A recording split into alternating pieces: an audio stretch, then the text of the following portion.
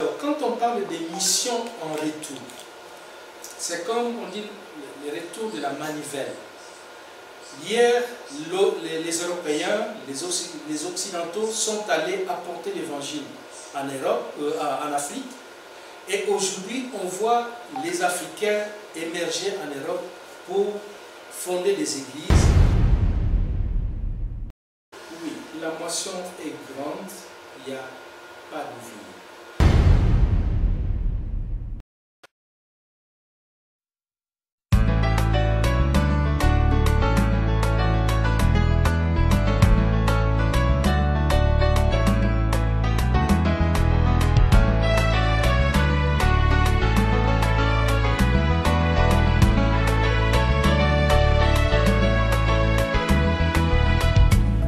Mbani wapi papa nanga nakoluka yo butupemo la musa elikia ya mitema ya batoe biso tobelemi koluka yo wapi pa yo zali nzambe nanga naleli pe mingi anote.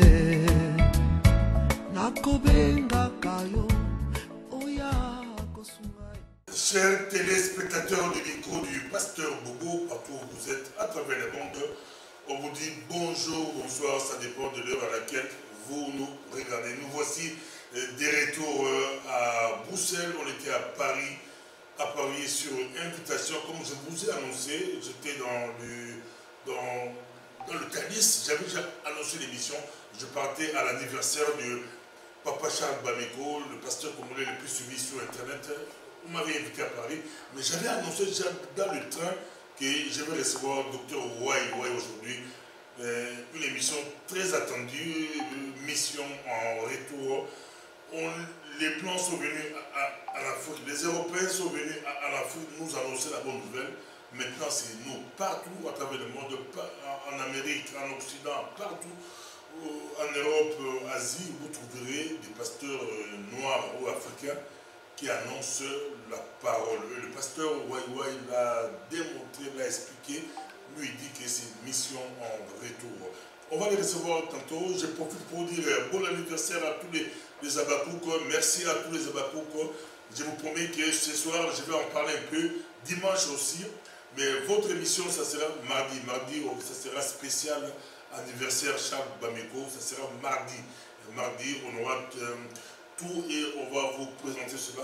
Rendez-vous est pris mardi 21h. Mais aujourd'hui, nous recevons un grand homme, un serviteur de Dieu, très respecté dans ce pays. Il est professeur de théologie, il a plusieurs casquettes, pasteur d'une église multiraciale, pour ne pas dire ethnique.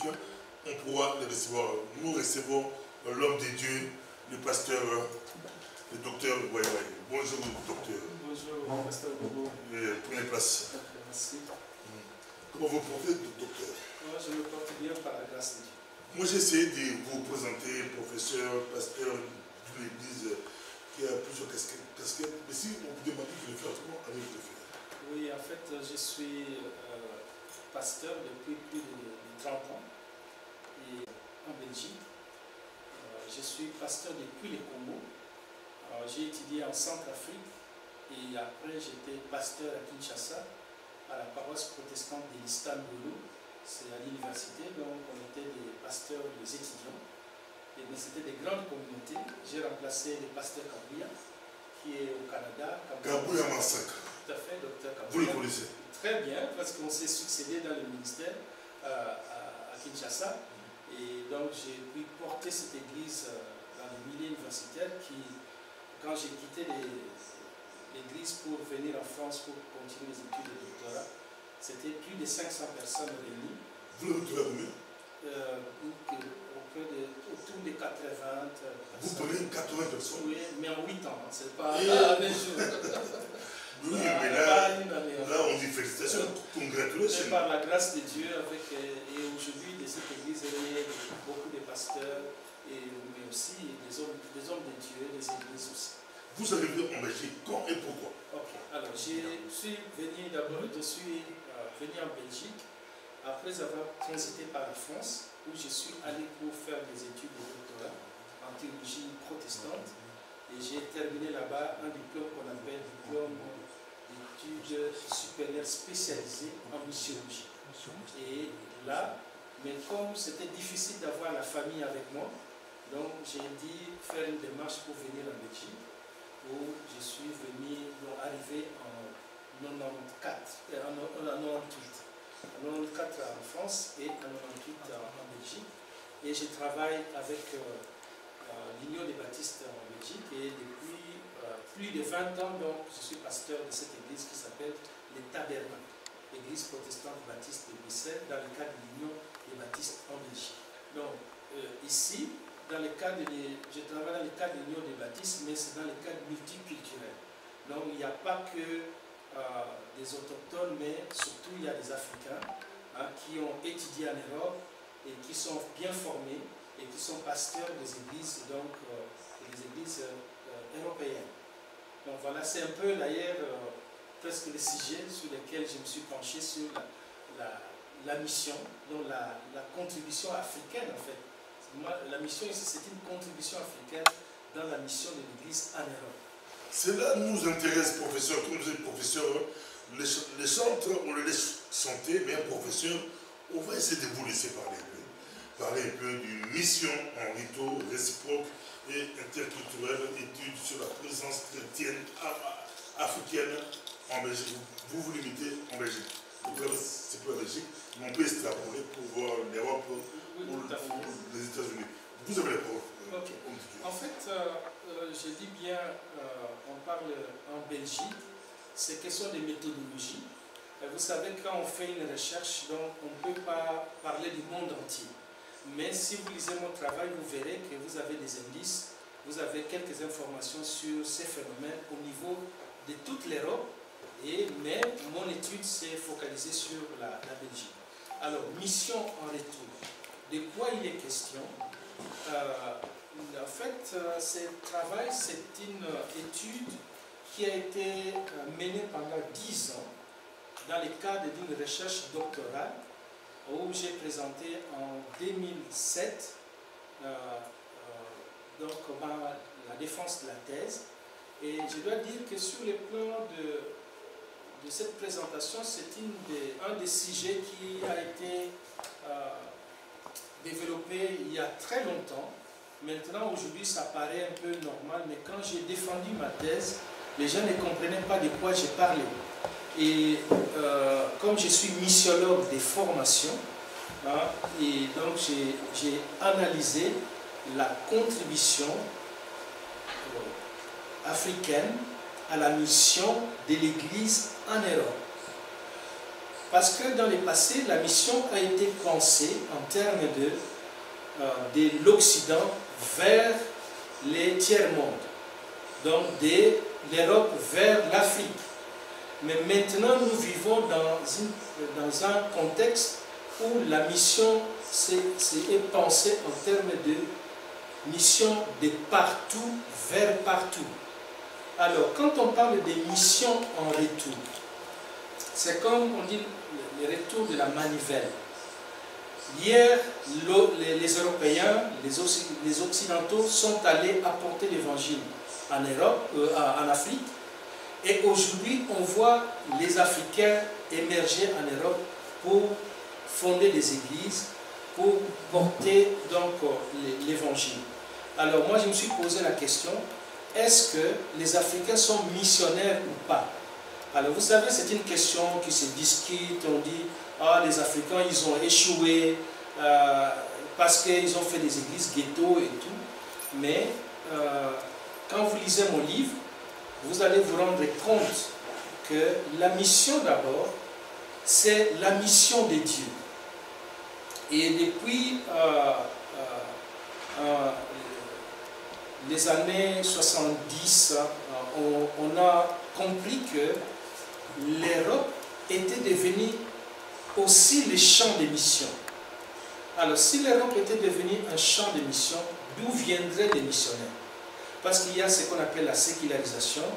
Il y a, quand vous arrivez avec une ferveur africaine, vous arrivez en Europe, surtout comme chrétien, vous sentez que vous êtes dans un lieu qui est mort, où il n'y a pas vraiment la ferveur. Les églises, les cathédrales sont vides, il n'y a pas de chrétiens. Et par la grâce de Dieu, Dieu a envoyé ces nouveaux missionnaires, donc, qui sont des Africains, qui sont venus redynamiser l'évangile en Europe et même, donc, disons, redynamiser l'Église. Alors, on discute, est-ce que c'est des églises ghetto, c'est des églises africaines? L'Église est toujours l'Église du Seigneur. Donc, quand vous lisez l'introduction de mon livre, vous verrez, il est dit que chaque chrétien, qu'il soit africain, européen, n'importe quel chrétien, il fait partie de serviteurs de Dieu. Dans le protestantisme, on parle du sacerdoce universel de tous les croyants, de tous les chrétiens. C'est une doctrine très chère aux baptistes, mais aussi aux réformés. Ça signifie que quand tu reçois Jésus comme sauveur, d'office tu es au service du Seigneur. Que tu sois africain ou que tu sois européen, ça ne change pas. Alors, dans ce cadre-là, moi j'ai étudié la présence africaine. Alors, c'est très important la notion de la présence africaine. La présence africaine se décline à travers les églises, à travers les pasteurs, à travers les prêtres, donc la présence chrétienne africaine, à travers... j'ai fait des classifications. Donc vous avez, chez les catholiques par exemple, vous avez des prêtres africains, noirs, qui sont, c'est grâce à eux que l'Église, qui était vide, est devenue remplie, parce qu'il y a ces missionnaires-là. On pourrait dire, ah oui, mais ils sont venus pour les études et c'est l'immigration. Dans mon livre, vous allez découvrir que l'immigration et la mission fonctionnent ensemble depuis le début. Dieu a dit à Abraham, quitte ton pays, et Abraham était étranger. Un missionnaire, c'est toujours un étranger dans une autre terre. Alors, et là, c'est une réponse par rapport à cette question-là. Et l'autre question, c'est des questions d'économie. On dit, mais ah oui, les Africains, ils n'ont pas de moyens, comment ils peuvent être missionnaires? Mais quand vous lisez le Nouveau Testament, vous verrez que les premiers missionnaires qui ont accompli l'ordre du Seigneur n'étaient pas des missionnaires envoyés, soutenus par les églises. C'est dans ce qu'on appelle la mission spontanée. Il y a un théologien anglais qui s'appelle Allen. Il a développé la mission en termes de la spontanéité. La mission, c'est la spontanéité. C'est là où l'Esprit souffle. Donc Dieu, il est le maître de tout l'univers. Il envoie qui il veut. Donc la mission, ce n'est pas les riches vers les pauvres, mais c'est les chrétiens qui est né de nouveau, qui connaît l'amour de Dieu, et partout où il est au service du Seigneur. Alors, en faisant l'étude de la mission, on parle de mission en retour. En fait, l'expression vient d'un terme qu'on appelle reverse concertium. Reverse concertium, vous voyez déjà, en fait, on peut traduire par renverser, donc mission renversée. Et l'expression a donné dans le cadre séculier ce qu'on appelle les concerts des nations.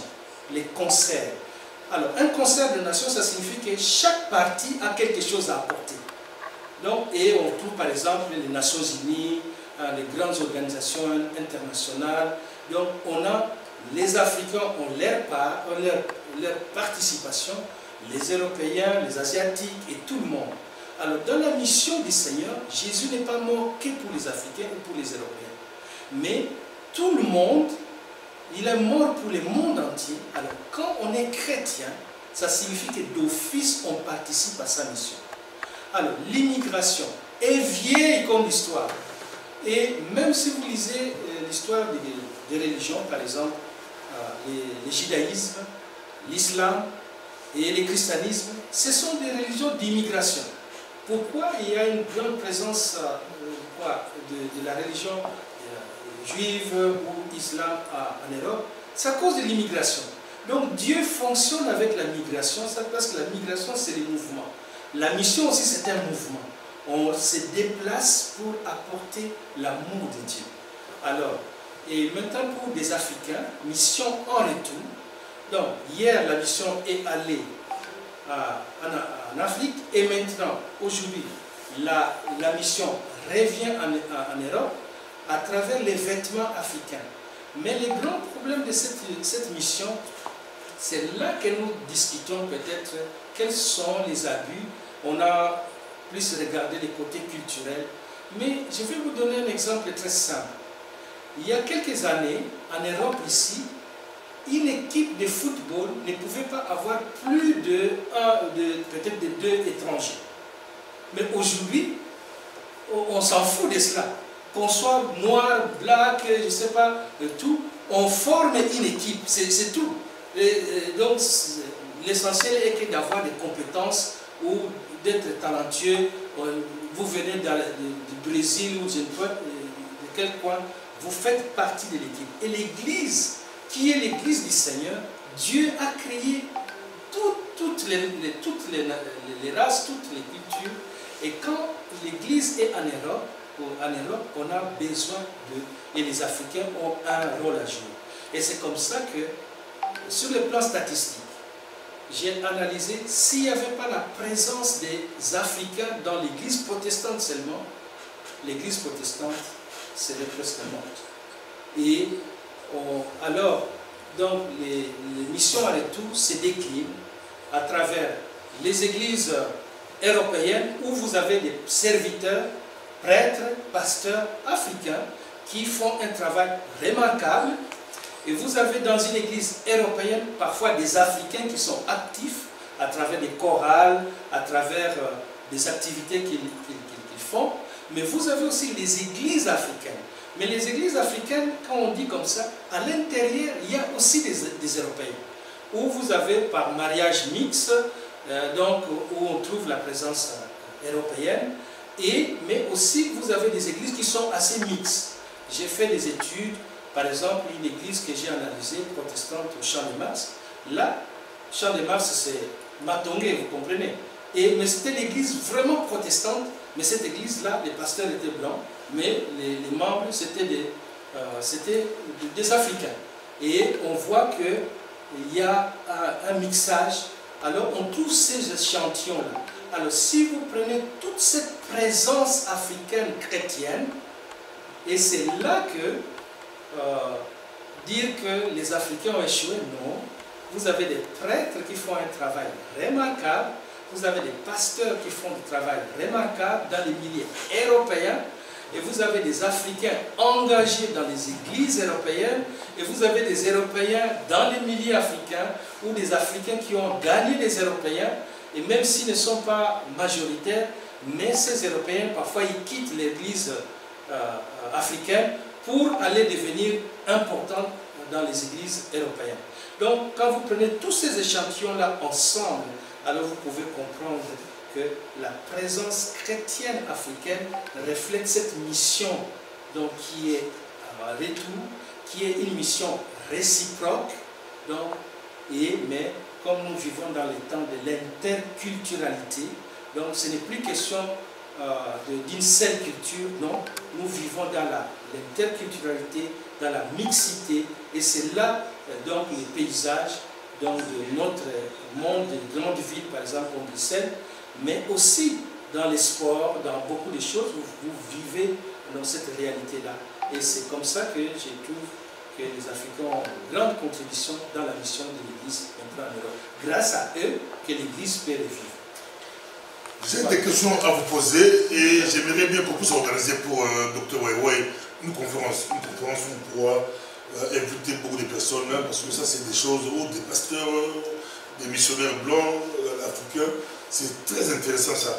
Mais j'ai des questions, j'aurais 2, 3, 4 questions à vous poser. Dans le protestantisme belge, peut-être on ne le voit pas vraiment, mais dans le catholicisme belge, on les voit. Beaucoup de paroisses catholiques, maintenant, on voit des abbés, des prêtres noirs, africains. Les Européens ou les Blancs, entre guillemets, ne s'intéressent plus à la chose de Dieu. Moi, je ne comprends pas comme ça. C'est Dieu. Oui. Alors, il faut dire qu'il y a ce qu'on appelle la sécularisation. Donc, l'Église a fait aussi des erreurs dans le passé. Surtout au Moyen-Âge, l'Église était très très puissante, et il y a la politique et puis les philosophies. Alors les gens se sont désintéressés beaucoup donc, à la chose de Dieu.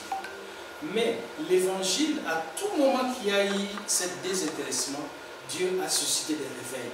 Et c'est comme ça que les gens qui sont venus nous apporter l'Évangile dans le monde, dans nos pays, en Afrique et tout, c'était des gens qui étaient réveillés, qui avaient ce fardeau-là d'aller apporter l'Évangile ailleurs. Mais chez eux, l'Évangile... Ce n'est pas des missions politiques où les avoir pour nous endormir. Mais donc on a... Je vais dire même... Les théories disent que c'était politique, aller les endormir, pendant que nous fermions les yeux, et ils prenaient les docteurs, ils prenaient l'or, ils prenaient le coltan, ils prenaient le diamant. Oui, mais disons qu'il y a deux catégories. Il y a ceux qui étaient dans cette perspective-là, mais il y a beaucoup des hommes de Dieu, vraiment, qui ont marqué l'histoire des missions, qui sont allés parce qu'ils étaient passionnés par l'amour de Dieu. C'était sincère. Et c'est comme ça que ça a donné aussi des résultats qui sont palpables, les églises sont nées. Et Dieu, l'histoire de sincérité et non-sincérité, dans la Bible, même depuis l'Ancien Testament, il y a toujours des gens qui font n'importe quoi et d'autres qui sont sérieux. Abraham, ce n'était pas un aventurier, mais on voit qu'il s'est déplacé. Et Dieu lui a dit, je te donne un pays dont c'est un immigré. Et un immigré, c'est un missionnaire. Donc il va là parce que Dieu lui donne un ordre. Donc si je vous suis bien, même mission en retour, ça passera pas par des traditionnels, des religieux, ça pourra passer par des gens qui arrivent aujourd'hui. Mais malheureusement, ces gens-là sont dans les ghettos. Ils arrivent éveillés, réveillés. Mais pour annoncer l'évangile, ils préfèrent entre eux, entre nous, entre blacks, entre africains, ça ne bloque pas dans le mission retour. Non, ça ne bloque pas parce que c'est un problème très difficile culturel. Quelqu'un qui quitte un pays du tiers-monde, il est réveillé, voilà, il est réveillé, il arrive à Belgique, en Allemagne, en France et tout ça. C'est comme ça que ces églises, comment les églises sont nées. Ça c'est très intéressant donc de comprendre. Quelqu'un vient, j'ai traité même dans d'autres études que j'ai fait des recherches, un homme réveillé, une femme réveillée qui vient à Paris. Et à Paris, il va dans une église blanche. Mais quand il arrive là-bas, il n'est pas accueilli. On le voit comme un étranger. Et il ne se sent pas à l'aise. Alors il va commencer maintenant, il voit qu'il y a ses frères qui sont venus du même pays, qui sont là, mais qui cherchent que de l'argent, ils sont dans d'autres choses. Alors il va commencer à leur parler. Et quand il leur parle, ils se convertissent. On commence par un groupe, et puis après, ils ont besoin de communier, ils ont besoin de résoudre des problèmes de mariage, ils ont besoin d'un pasteur. Et c'est comme ça que les églises sont nées. Donc, et ils peuvent être pasteurs de ces églises-là. Alors, pour anticiper rapidement les conclusions de mon étude, par rapport à cette question, j'interpelle l'église africaine. Parce que l'église africaine, en Afrique, on n'avait pas la vision que nous pouvons être missionnaires en Europe ou en Occident. Parce que notre limite, la mission, on l'a vu seulement en termes de l'économie. Nous n'avons pas l'argent pour comment envoyer un missionnaire et tout. Mais dans le Nouveau Testament, les premiers missionnaires, ce n'était pas question d'économie. C'était des gens qui étaient touchés par la mort d'Étienne et qui fuyaient, mais ils sont allés apporter l'évangile à Antioche. Et de là, l'Église est née. Les apôtres n'ont fait que suivre les mouvements de l'esprit qui était déjà engagé. Et c'est comme ça que Allen, qui est un théologien anglais, a appelé la mission comme la mission, c'est d'abord la spontanéité de Dieu. C'est Dieu qui envoie, c'est l'esprit qui souffle là où il veut, et à travers les persécutions, les crises, Dieu se met des personnes en mouvement, et ces personnes vont apporter la présence de Dieu.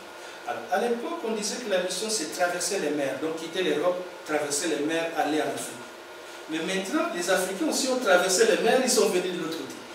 Alors donc c'est ça la mission en retour, donc mission... Mais oui, moi ça me bouleverse, Mais concrètement, que faire? Que faire?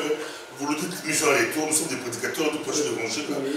Mais je me rends compte que moi personnellement, je peux confesser devant vous, j'avais à un moment donné commencé à accueillir des blancs chez moi à la maison, des jeunes américains, français, des Européens. J'ai travaillé avec des Européens, mais après j'avais arrêté. Mais vous nous interpellez, vous nous rappelez qu'il y a une mission à retour. Concrètement, on doit faire quoi, nous, les églises qu'on nous a baptisés ethniques, que vous réfutez, et que vous refusez même, on doit faire quoi? Donc, l'église est toujours l'église du Seigneur. Et j'interpelle les églises européennes dans leur faiblesse d'accueil. Ils n'ont pas accueilli l'étranger. Et ça, dans la Bible, depuis l'Ancien Testament, on montre que les Juifs, Dieu leur demandait d'accueillir l'étranger parce que vous étiez étrangers. Mais le problème maintenant, quand vous arrivez dans une structure comme ça, vous créez une église, ne restez pas seulement avec votre église comme une église indépendante, vous faites ce que vous voulez. Parce que l'église a toujours besoin d'être encadrée. Et alors, il faut entrer dans des structures qui existent. Par exemple, les protestants, ils ont ce qu'on appelle les CACP, il y a des synodes fédérales, il y a des organisations. Vous faites entrer dans ces organisations-là, alors vous allez fonctionner comme une église viable et fiable. Sinon, vous devenez comme un ghetto. Mais si même il y a un peu de ghetto, si on peut dire, mais les pasteurs, comme j'ai dit, des prêtres, des pasteurs africains, des prêtres africains, mais il n'y a pas que des Africains. Il y a des prêtres du Brésil, il y a des pasteurs brésiliens, il y a des pasteurs colombiens. Et qui sont ici? Les Brésiliens missionnaires. Donc la mission, c'est toujours, les missionnaires, c'est toujours un étranger dans un autre pays. Et c'est comme ça que l'Église doit toujours garder ce caractère universel. C'est des baisses conservateurs. C'est difficile. Par exemple, si je prends... On vous critique pour les protestants, chez vous, il y a beaucoup du racisme. Excusez-moi, racisme.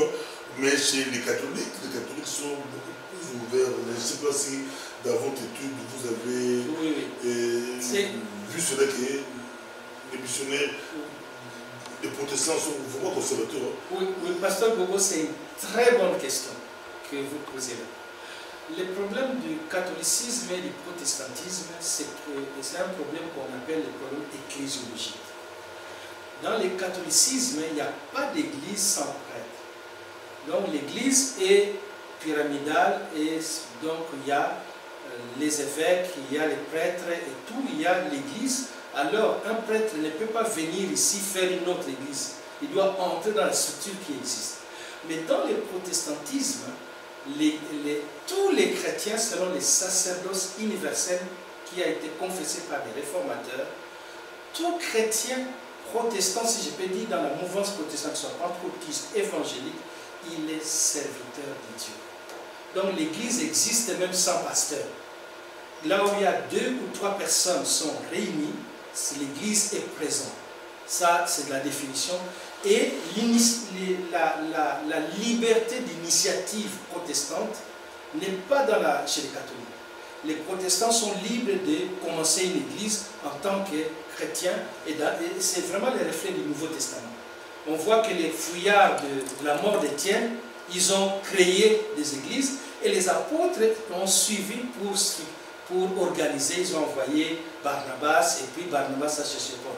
Alors donc c'est ça la différence. C'est-à-dire que les églises protestantes, depuis toujours, ont cette liberté-là. Tout chrétien peut prendre l'initiative de commencer l'église et après, ça va se souhaiter la bonne nouvelle aux autres. Alors, et l'église va naître. Alors maintenant, ce que j'interpelle à des églises, par exemple, quand une église naît, il faut maintenant ne pas rester seul, mais il faut entrer dans une structure qui permet qu'on soit encadré. Et aussi, à la fin de l'étude, j'ai soulevé l'aspect de la formation. Parce que, même si nous sommes missionnaires, mais nous devons le faire dans l'ordre. Nous sommes dans des pays organisés. Tu ne peux pas venir seulement faire ton église et puis tu commences à faire n'importe quoi. Mais, et c'est pourquoi je suis professeur de théologie, nous formons des pasteurs. Donc c'est important que même si tu te sens appelé, après, va te former. Ou pendant que tu sers le Seigneur, forme-toi. Et comme ça, tu sauras mieux faire. Parce que tu ne peux pas être médecin sans avoir fait la médecine. Et pourquoi être devenu pasteur sans avoir suivi aucune formation? Et donc, au départ, il y a la spontanéité, il y a la peine, mais après, tu dois être encadré, tu dois être formé. Et c'est là une interpellation pour nos communautés africaines, donc de ne pas seulement proclamer, on s'auto-proclame pasteur, et puis on continue à faire vivre comme ça. Non, non. Et à un moment donné, il faut entrer dans des structures qui existent ou organiser une façon... Docteur, oui, comment expliquez-vous, je suis en retour au respect interculturel, si je prends un verset biblique, où on dit la mention est grande, mais il n'y a plus d'ouvriers. Comment vous interprétez dans vos recherches? Est-ce qu'en Belgique, la mention est grande, il n'y a plus d'ouvriers? Oui, la moisson est grande, il n'y a pas d'ouvriers. La moisson, je vais prendre du côté catholique et du côté protestant. J'ai eu une discussion dans le passé avec un prêtre catholique qui était un professeur émérite de théologie. Alors, on discutait sur l'apport des prêtres catholiques alors, qui sont venus comme étudiants. Il y a besoin d'ouvriers. Oui. Alors, il me dit ceci, il dit, ces prêtres, nous les avons engagés pour que nous ne puissions pas perdre la dotation. Docteur, on a beaucoup aimé, très bel exposé, mais mission en retour. Je réponds à cette question que les gens se posent encore beaucoup plus par rapport à l'argent. Les missionnaires sont arrivés en Afrique et ils avaient des moyens. Vous nous avez interpellé dans votre livre, mais il se posera une question d'argent, docteur. Oui, il faut reconnaître d'abord que quand on parle de la mission n'est pas d'abord question de l'économie. La mission n'est pas question de résultats. La mission, c'est la proclamation de l'amour de Dieu aux autres. Qu'on soit européen, qu'on soit africain, asiatique ou n'importe qui, si on connaît le Seigneur, on porte quelque chose du Seigneur qu'on doit partager aux autres. Et c'est ça, être missionnaire. Alors, dans la Bible, la mission n'a jamais été question de l'économie. Les premiers missionnaires qui sont allés, parce que Jésus a dit « Allez, faites de toutes les nations mes disciples », commencez à Jérusalem, Samarie, Jérusalem, Judée, Samarie, jusqu'aux extrémités de la terre. Mais les apôtres ne se sont pas réunis, ils disent « Bon, maintenant, ok, on va cotiser, combien d'argent on va avoir, alors comme ça nous envoyons Barnabas à Antioche. » Non, non, ça ne s'est pas passé comme ça. Et ils étaient à Jérusalem et on a tué Étienne et il y avait persécution. Les gens ont commencé à fuir et en partant, ils ont apporté l'amour de Dieu partout. Et c'est comme ça que bibliquement, donc vous avez Jérusalem et Antioche. Antioche, c'est les grands centres missionnaires où finalement c'est là que l'église là est née. Ce n'était pas question d'économie. On n'a pas envoyé qui que ce soit, on a réuni l'argent. Non, pas du tout. L'église est née par la spontanéité de l'esprit. Et après, les apôtres ont envoyé Barnabas et Barnabas a pris Paul. Et finalement, de là, ils ont commencé à aller dans le monde pour apporter la bonne nouvelle. Donc, la mission, ce n'est pas question d'économie, ce n'est pas question d'argent. Donc, si quelqu'un fait la mission que par rapport à l'argent, il se trompe. Et en étudiant même le christianisme, comment la mission est partie en Afrique et tout ça, il n'y a pas seulement ces missions organisées, mais c'est souvent des individus qui se sont mis d'accord pour soutenir quelqu'un. Alors, j'ai parlé tout à l'heure de l'exemple du football. S'il y a un joueur talentueux africain ou bien brésilien, et il joue en Europe, est-ce qu'il va jouer avec son propre argent? Non, c'est l'équipe qui va être riche et lui, il va être porté par cette équipe-là. Donc il va donner les moyens. Alors, sur le plan aussi religieux, donc l'Église est toujours universelle et tous les chrétiens doivent, je n'encourage pas les chrétiens à être passifs, à être inactifs.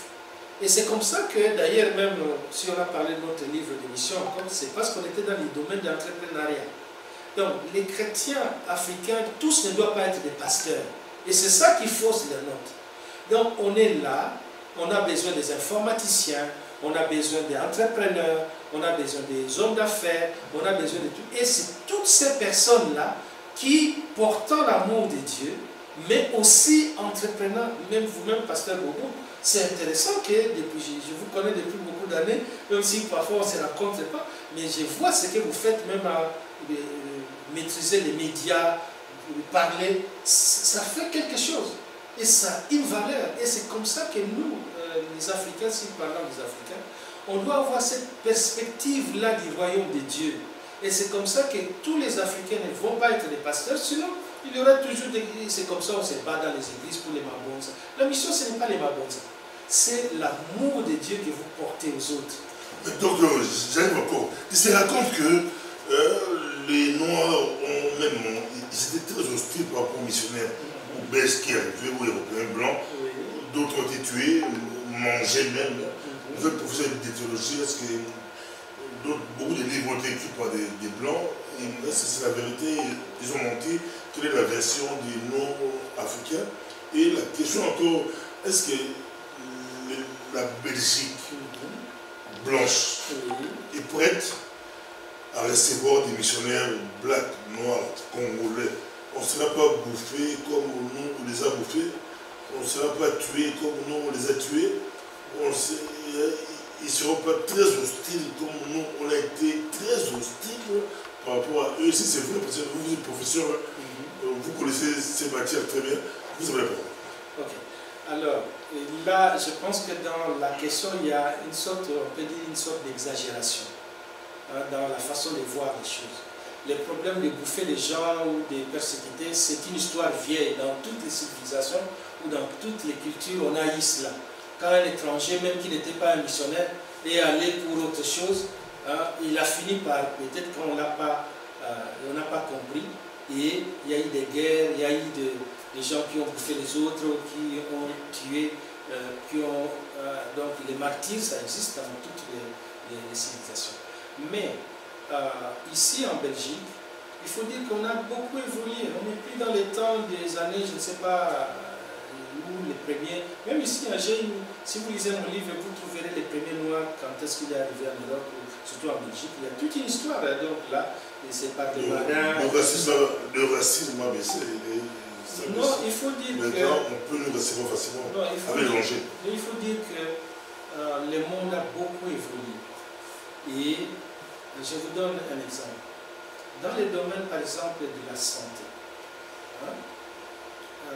nos dames, nos épouses, nos mamans, c'est elles qui, si vous allez à l'hôpital aujourd'hui, vous serez étonné de voir que vous allez à l'hôpital, mais ce sont vos sœurs qui vous accueillent. Elles sont là.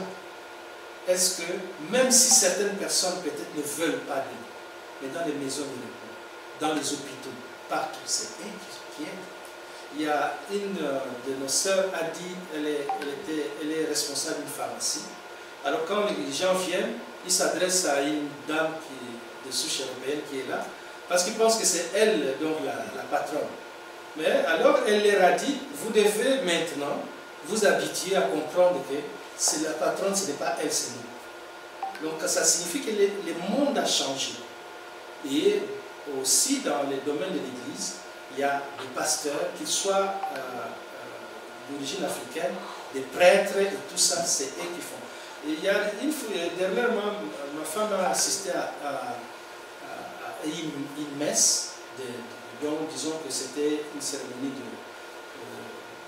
d'enterrement. Alors quand elle est allée, c'est une famille qui apparemment donc, voulait dans une église européenne. Mais quand elle est allée, parce qu'on est amis à cette messe-là, vous savez qui célébrait la messe? C'était un Africain. Donc, ça signifie que Et il a très bien fait sa messe. Dire ceci, que le monde a évolué. Dans tous les domaines, vous avez maintenant des personnes qui viennent d'ailleurs. Et les missionnaires, par définition... On est vraiment ici, mais la question est que, quels sont les critères pour être une église en mission? Selon, vous avez fait des recherches, un très beau livre, selon vous, dans la conclusion, quels sont les critères pour vous reconnaître une église qui fait une mission en retour? Alors, je sais que j'anticipe une chose. J'aimerais quand même te remercier, donc je vais bien te tutoyer, te remercier pour cette initiative, remercier Christian qui a contribué donc, que cette initiative soit possible dans le cadre de l'entrepreneuriat. Et je suis vraiment fier que je puisse parler de ces livres parce que c'est vrai que je parle comme ça un peu en l'air, mais si vous lisez les livres, vous serez étonné, c'est 10 ans de recherche. Il y a beaucoup de sujets même que l'on n'a pas touchés. Mais si vous lisez, c'est un livre de référence. Vous avez beaucoup de biographies des pasteurs qui ont travaillé ici, qui travaillent, qui sont ici, des églises, ou la structure de l'église protestante. Et vous avez beaucoup de choses, beaucoup d'informations sur les plans donc, historiques.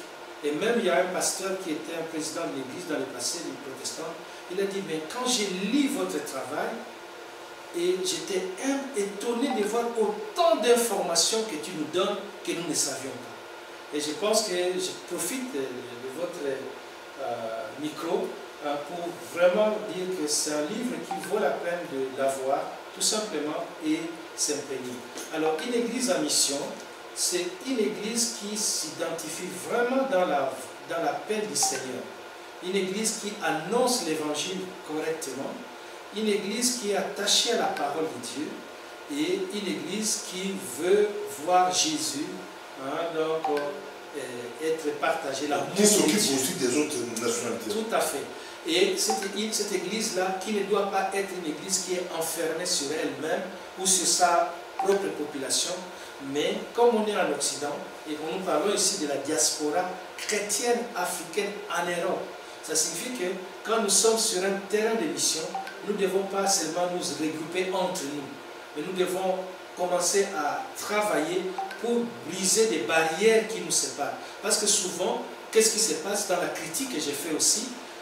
On a une église, que j'ai dit, d'expression africaine, mais alors on veut vivre que comme des Africains, comme des brouillés, d'autres choses.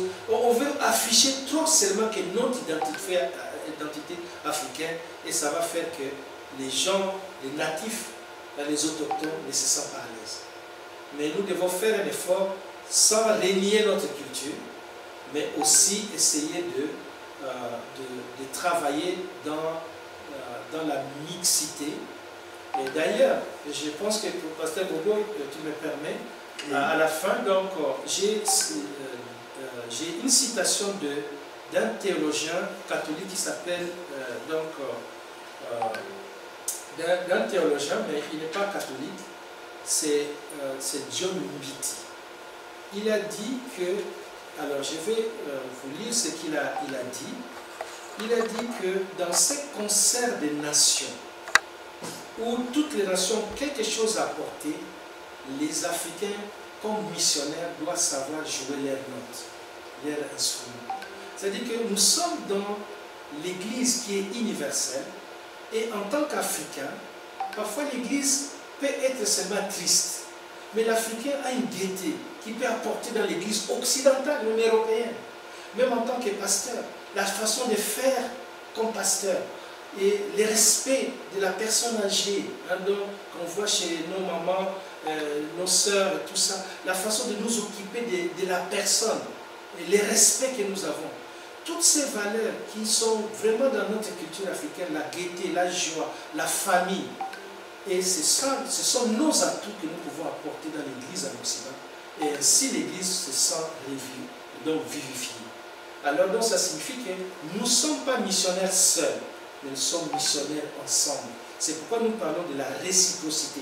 On est missionnaires ensemble, mais aussi interculturels. On ne parle pas mono, mais on est inter. Donc c'est des cultures qui se rencontrent et qui fonctionnent ensemble.